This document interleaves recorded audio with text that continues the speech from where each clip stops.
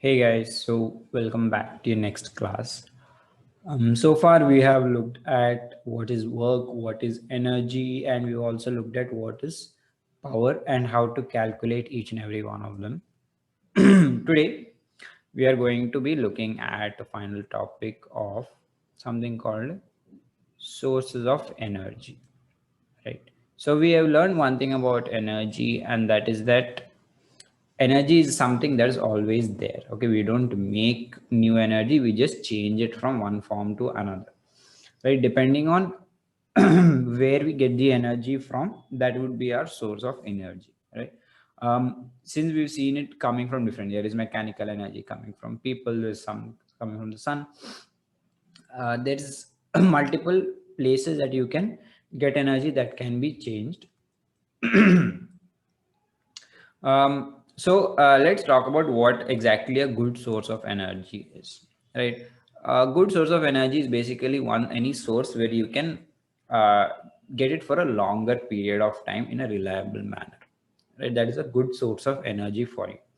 Now, a good source of energy has to be, let's say, cheap. It cannot be very expensive, right? It has to be cheap to make and cheap to even purchase for us.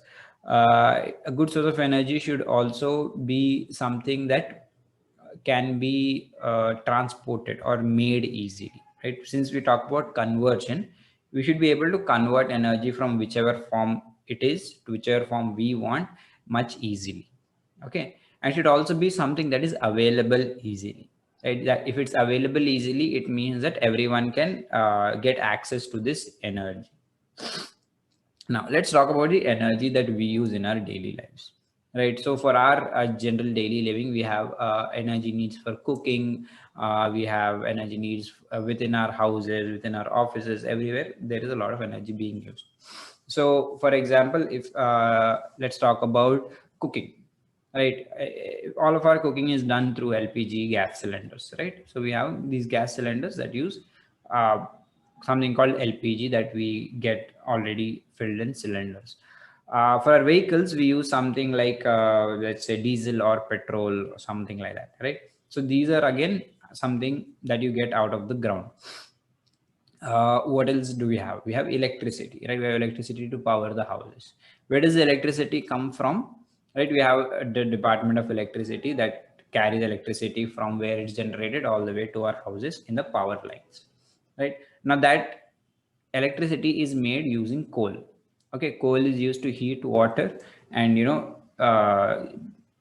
spin something called a turbine, okay, or a dynamo, and as that spins, it creates electricity.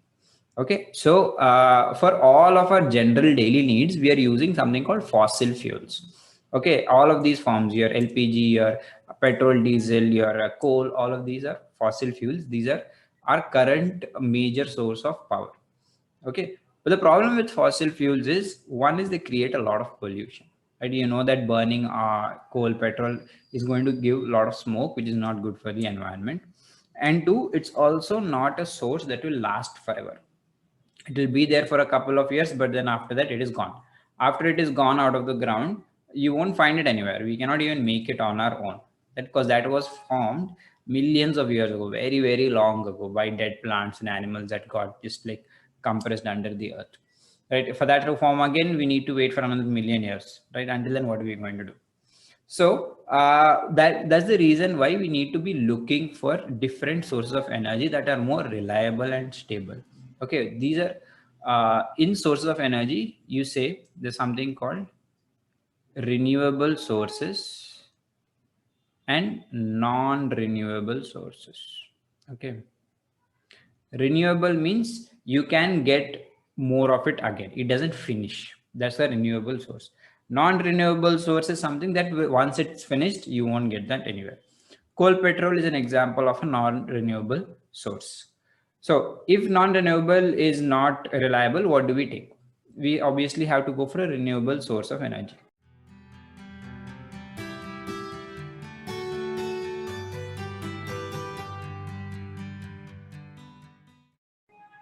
Okay, let's take a brief look at some renewable sources of energy, or just like different sources of energy that are alternatives to coal, petrol, and fuel. Okay, One very common thing that we have heard about is called solar energy, right? You must have heard about solar energy, solar panel, solar cooker, all of these, right? Now, solar energy comes from our use of the sunlight. Okay. So when we use the sunlight to create electric energy, then we say that we are using solar energy. Okay. To do this, we have something called solar panels. Okay. You might have seen solar panels somewhere. They're like big blue colored rectangular slabs. Now, each solar panel, if you give it enough exposure to sunlight, then it will create electricity for you that can be directly used. Okay. Now each solar panel is made of tiny, tiny, tiny cells called as solar cells. Okay. Now solar cells are basically the smallest unit in a solar panel, and these cells are made up of something we call as metalloids. Okay. We have silicon, we have germanium. Okay, it depends on which cell you're talking about, but there will be different components to it. Okay, uh, depending on how much sunlight you get, different places will get different amounts of solar energy can be generated. Okay, and you generally have to keep them in an open space. That's why you will usually see them in open fields or on terraces of houses. Okay.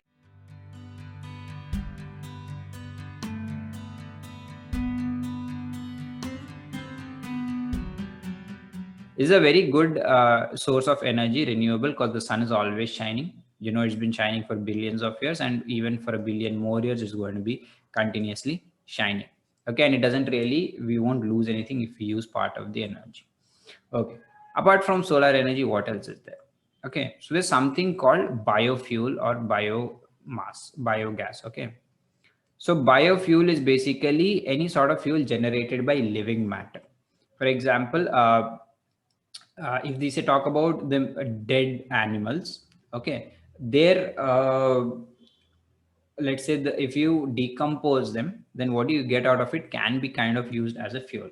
Okay, even the manure of animals is one form of biofuel. I think that's something we've heard before in other classes. Along with this, while animals are decomposing, and also some live animals create something called as methane gas. Okay, so two parts to talk about over here is the biomass, okay, and the biogas. Okay, so this methane gas is actually one what we call a greenhouse gas, okay, along with carbon dioxide. But the best part about methane is that it's combustible. It can be used as a fuel. So it has the benefit of even reducing the amount of methane that goes in the atmosphere if we are able to use this as a source of fuel.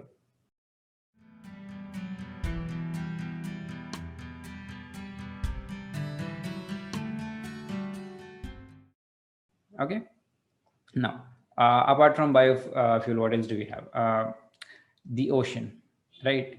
Now, the ocean has also certain ways for you to use energy from. Okay, mostly it is tidal, what we call as tidal energy.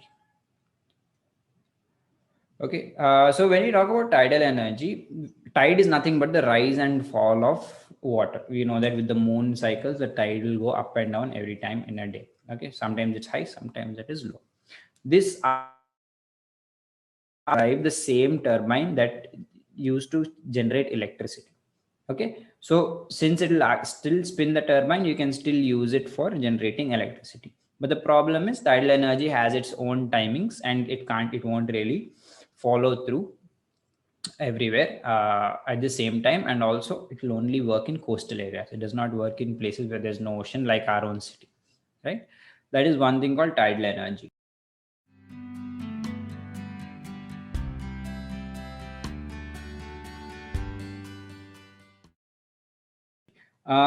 There's also something called geothermal energy. Okay. So now geothermal energy is basically the heat that is present inside of the earth. Okay.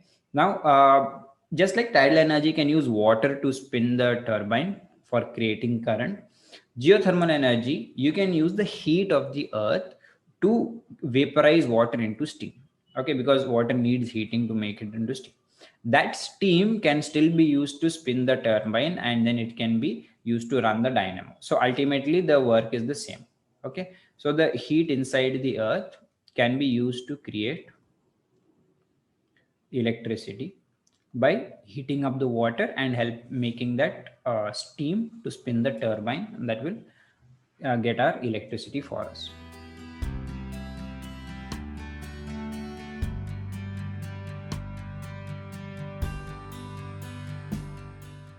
All right, what else is there? What other ways that we have heard? There's something called wind energy. Now you must have heard of wind farms and windmills somewhere, right? You see these big fields of like things that are kind of just like standing there with like a big fan, right? So these things are basically spinning with the help of the wind, and as they spin, they are directly spinning the turbine with them. Okay, the turbine, that machine is directly spinning and creating this electricity for us. And you don't usually use just one or two, you have many of these available in a big space. They can create a lot of electricity. Okay, now since wind is also continuously blowing, it's a good renewable source of energy for us. Okay, now what else do we have? Right, one very very let's say futuristic or promising lead for us is what we call nuclear energy. Okay, now nuclear energy is something promising, futuristic, like we say, but it's also a little dangerous. Okay, because there's a lot of safety concerns when it comes to nuclear energy, and this is why. So in nuclear energy there are two types of reactions that we say. We call them a fission reaction and we call it a fusion reaction.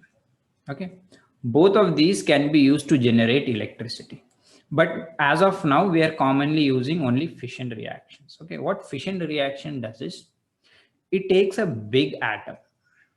Okay, a big atom, and this atom is actually what we call an unstable atom. Okay, these are called as radioactive elements. Okay, so essentially you take a big radioactive atom, usually it is uranium. Okay, there's an element called uranium that you'll learn about probably sometime later. But essentially its atoms are so big, they're a little unstable. All you need is a little bit of a push.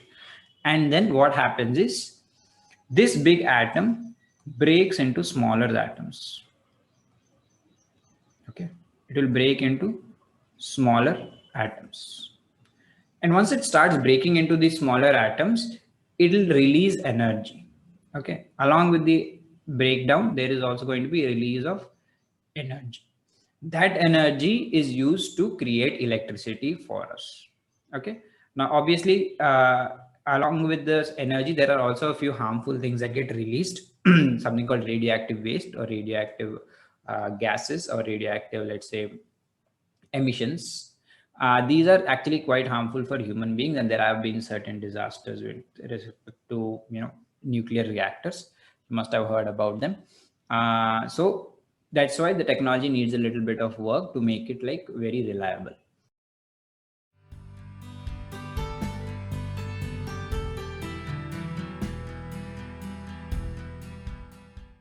Okay, and finally coming to fusion. Now fusion is kind of the opposite of fission. Okay, you take like two small atoms and you combine them, or you just basically like just crash them like at really high speed into each other, and then once they crash they create a bigger atom. Okay, and that bigger atom is not really radioactive, but it still gives out a lot of energy. Okay, this process also gives out energy. This process is much safer because there is no radioactivity involved, so there's no harm to human life. But this needs a lot of energy, and this reaction cannot be controlled as of yet. So this is not what we can use right now, but it is definitely promising. And a side note is this is fusion reaction is exactly how the sun works. Inside the sun, there is continuous fusion reaction of two elements, hydrogen and helium. So hydrogen and helium continuously being like crashed into each other, making new atoms from small atoms and giving out energy. Okay, so these are a couple of sources of energy. That will be the end of the class for today. This is actually the end of your chapter. Go through your reader. These are the last 2 pages of your textbook. Just like go through these few sources of energy just in more detail. It's not a lot, it's just theory. So just like go through it.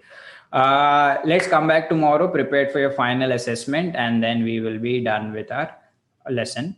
So thank you so much, and I'll see you guys again in the next class. Thank you.